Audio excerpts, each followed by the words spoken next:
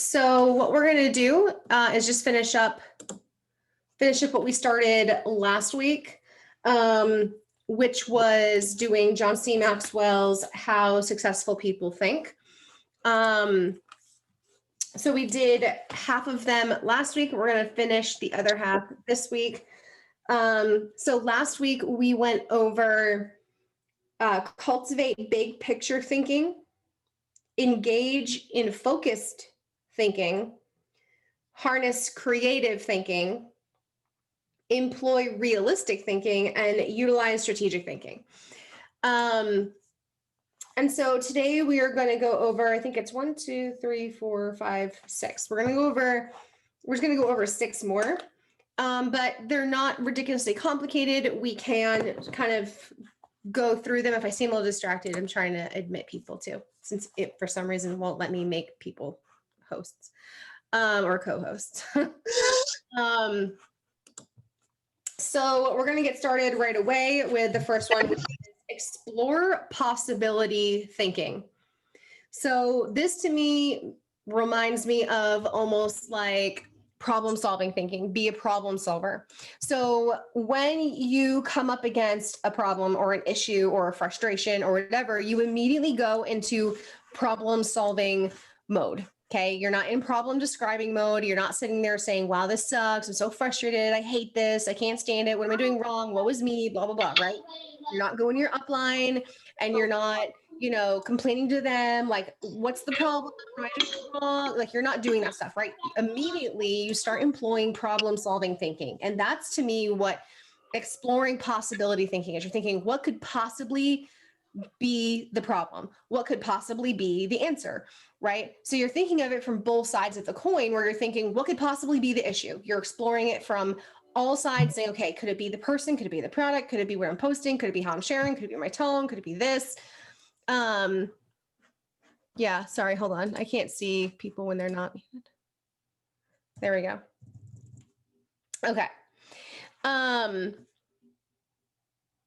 So that's kind of what I want everybody to assume that's what it means, is explore possibility thinking. And then it's also about, instead of like when you see the problem, you're thinking, okay, what could it possibly be? You're also exploring it from the side of what could be, what are some possible solutions, right? You're not just thinking, well, this is what my upline does, or this is what I've done in the past, or this makes the most sense. Yes, those are all perfectly great solutions, but you're also open to trying other things, right? Which if you're practicing these other kind of schools of thought, you're more open to, because it has creative thinking, it has strategic thinking, big picture thinking, right? So you're thinking of the possibilities, right? And I feel like this is really important, because this is also, you cannot think this way and also have limiting beliefs. You cannot have possibility thinking while also experiencing limiting beliefs for yourself, for your team, for your vision, or whatever the case might be, right? Like, oh, I don't possibly think that's doable. Oh, like for rank advancement, oh, we have to maintain it every single month. Like, that's already limited belief, because you're not thinking, you're already frustrated by the thought of maintaining it, as opposed to the possibility of ranking up, right? So it's like, you can't have limiting beliefs and have possibility thinking in the same breath, right? So moving on is learn from reflective thinking. Okay. Learn from reflective thinking. This means going back to that data we talk about, right? It's not failure, it's feedback. If you look at failure in an emotional response, you think, woe is me, this is awful, I'm a horrible person, or this company sucks, or this part, you have feelings, right?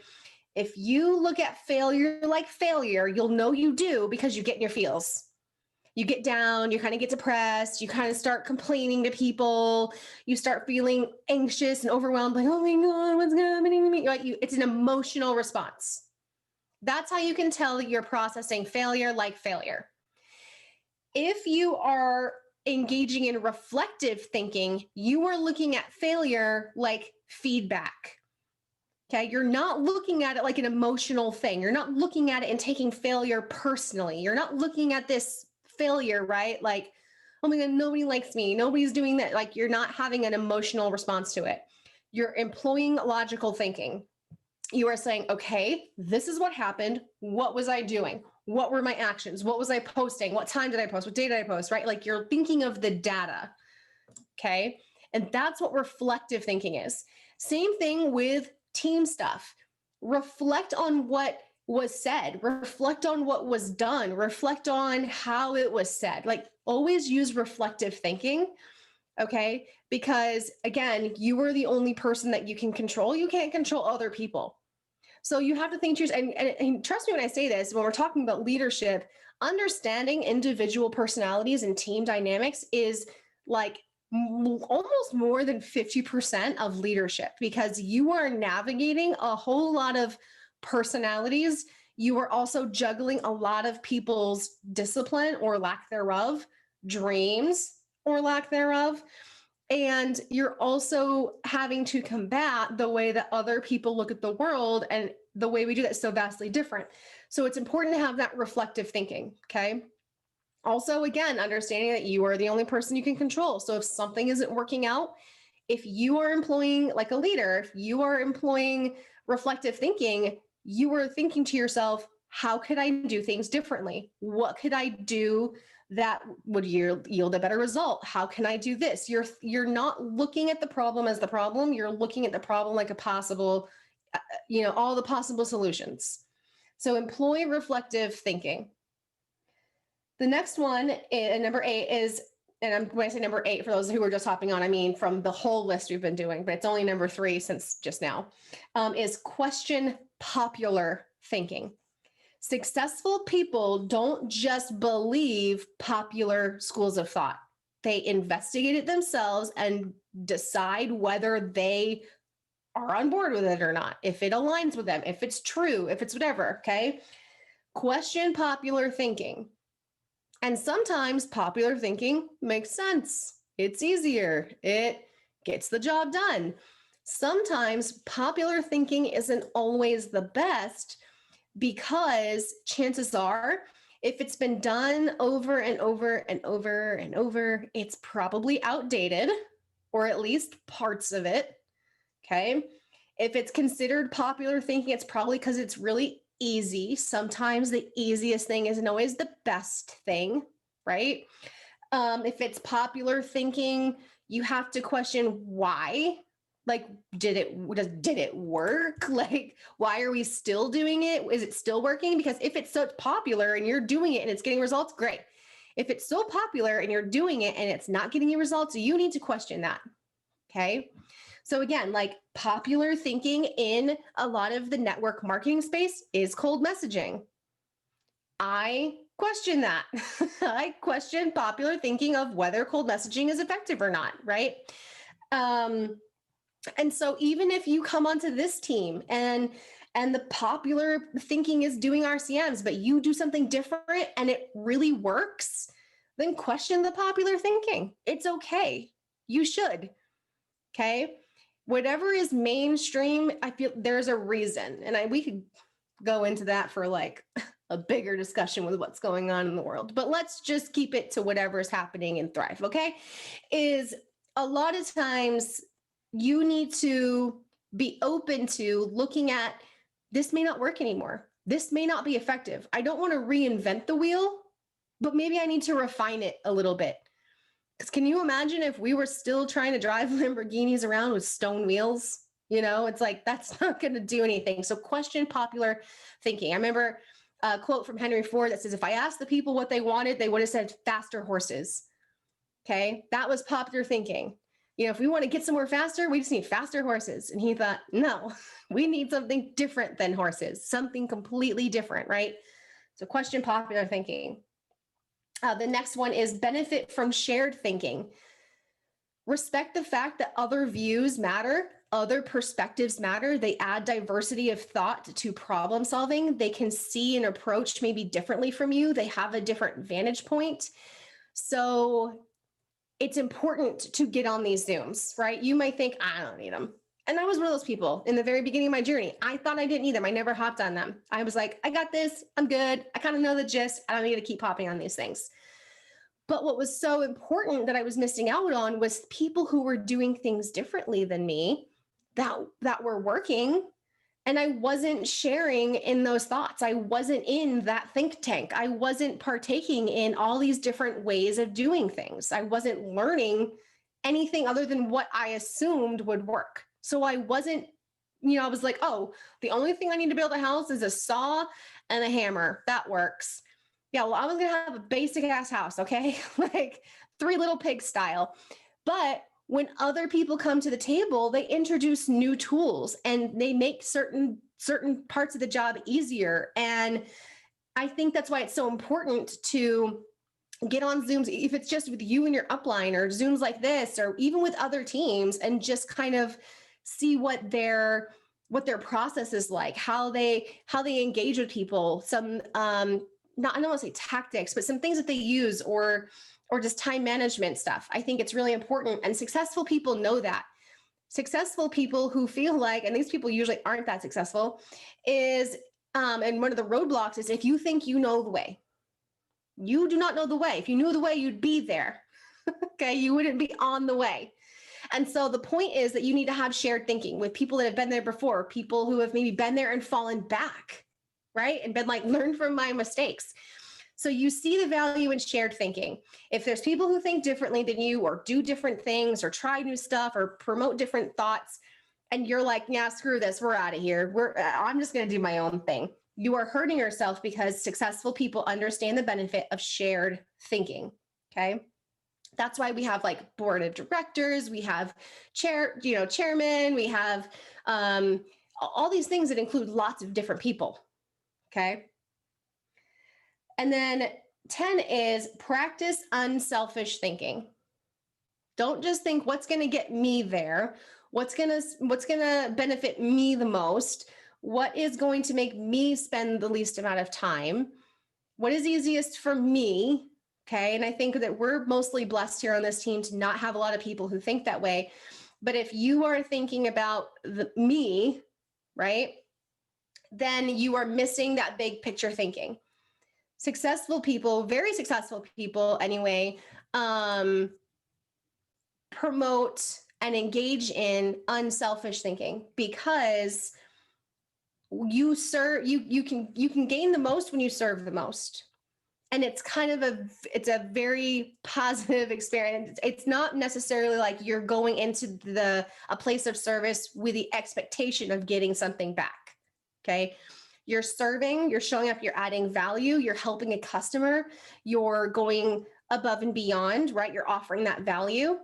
More will find you. It's more so like the law of reciprocity, right? Like you help somebody, inevitably you kind of find someone who helps you in return, kind of like karma. Okay. Is just practice unselfish thinking. And so sometimes that means you do have to go a little bit above and beyond. Sometimes that does mean that you may have to bend a little so that it's better for the team when it comes to maybe one way you want to try something. If the team kind of agrees that they want to do something else, you'll have to push your pride aside and say, okay, let's try it this way. Let's see if it works. Okay. And so you must practice unselfish thinking, because when you serve the most, you make the most. That's just kind of, especially here, when you help the most people and you serve the most team members and you serve the most customers and you show up in that regard, those tend to be the people I see who end up reaping more rewards, because other humans appreciate others being more genuine and real and authentic and not selfish, right? Probably like the car salesmen who sell the most cars are the ones who are the most genuine.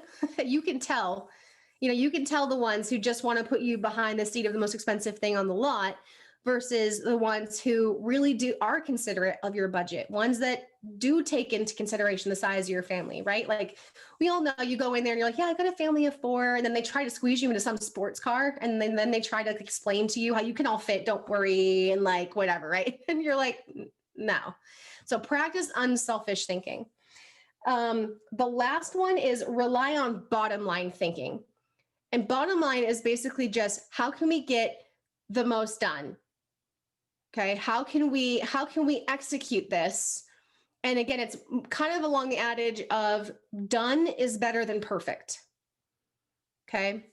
And I think I was just talking to somebody about this today, is that done is better than perfect. Make sure that you are executing, and then you are, again, you're practicing that reflective thinking. Okay, you're not trying to be the most. You're not waiting until it's absolutely perfect. You're not like, oh, you're overthinking your post so much that you're not even making posts, right? Is that you're just practicing bottom line thinking. You're just operating on the notion of get it done, execute, and then you're going to employ all of that awesome reflective thinking. You're going to have, you're going to take in that data. You're not going to be emotional and assume that you're a failure. You're going to look at it like feedback.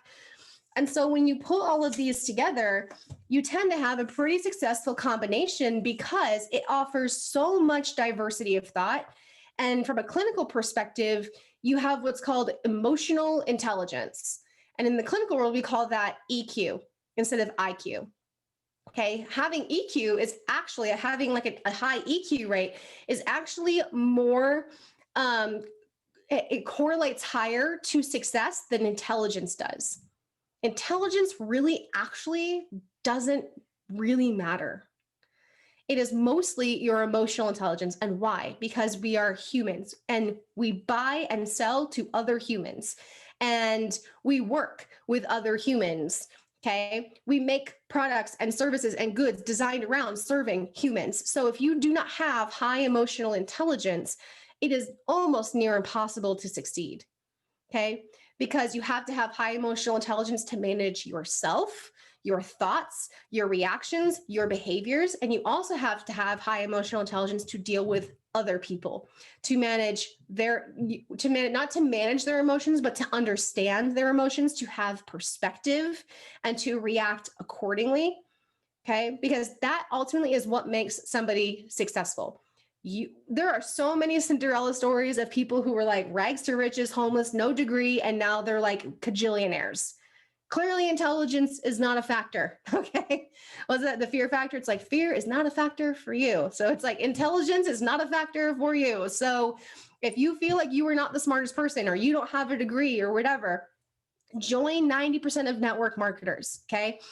And entrepreneurs, just entrepreneurs in general. Most entrepreneurs don't have degrees. And if they do, the majority of them do not have anything above an associate's. Okay. So you're in good company. And so I really want people to practice that emotional intelligence, because as we begin to shift, especially tomorrow, when we talk about mindset, how successful people think has a lot to do with their mindset, because it has a lot to do, how you think has a lot to do with how you interpret the world, how you think about other people, your place in the world, your emotions, all of that, but how you react to other people.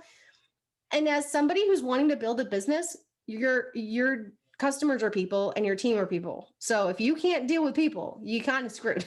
Okay. Unless your job is just punching zeros and ones into a computer all day, which none of us do. Okay.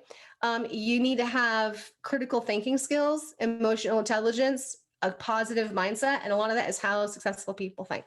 Okay. So again, I know people are going to ask, and I saw some people hop in late. So it's by John C. Maxwell, How Successful People Think. It's teeny tiny.